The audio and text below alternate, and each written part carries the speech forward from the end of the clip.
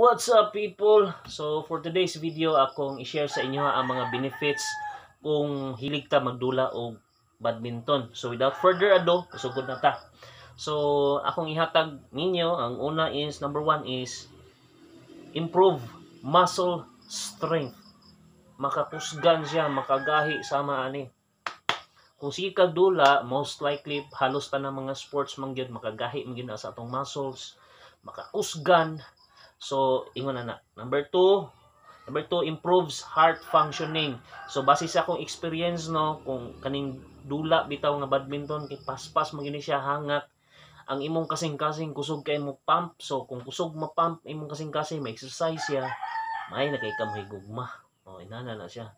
Number 3, it helps to reduce stress. Now, kung gikan kag trabaho, kaapoy kayo imuhang lawas, langas kay manok sa silingan, day na-stress ka, kay ga-vlog ka, dula og badminton kay makawala ginag stress. You know, kaning exercise makawala gini siya stress. Number 4, improves flexibility. Atong mahibaw-an nga kining badminton, split ni siya, dive man gud ni siya, pag then jump, then boom! So mo nang makakuan siya sa imuhang kuan. Ma-flexible ka ba? May na kay ka mo split. O, ingana na. Number 5, boost your metabolism. As you know, halos tanang sports maka-boost gyud og metabolism. Kung mo-boost imong metabolism, mupaspas imong digestion, kusog ka mo singot, therefore niwang ka, fit ka, sexy ka, og hot ka. Number 6 is strengthen your bone. Makaligdong o makabaskog sa imong mga kabukugan. Alangan, sige og kag exercise, nana, sige dagan, sige og kuan, sige dula. Number 7, improves mental agility.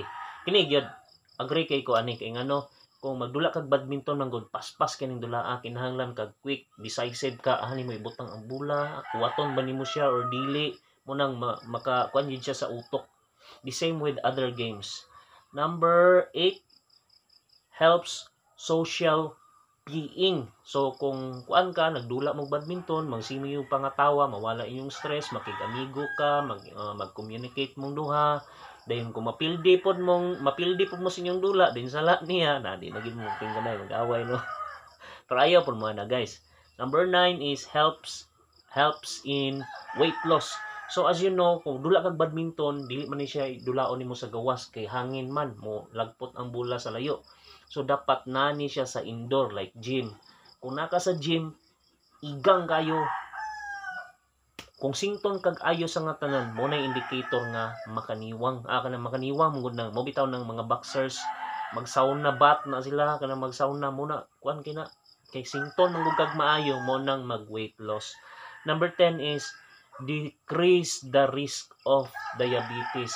So since kay sige man kag lihok, kabalo man gyud ta nga kanang sugary foods, bisag dili kayo tamis, basta kay kuan siya ganang rich siya sa glucose, kanang mga sugar, mga tamis, basta mga tamis mo nay makatambok na tog maayo din kung di pa gyud ta maglihok-lihok, mosamot.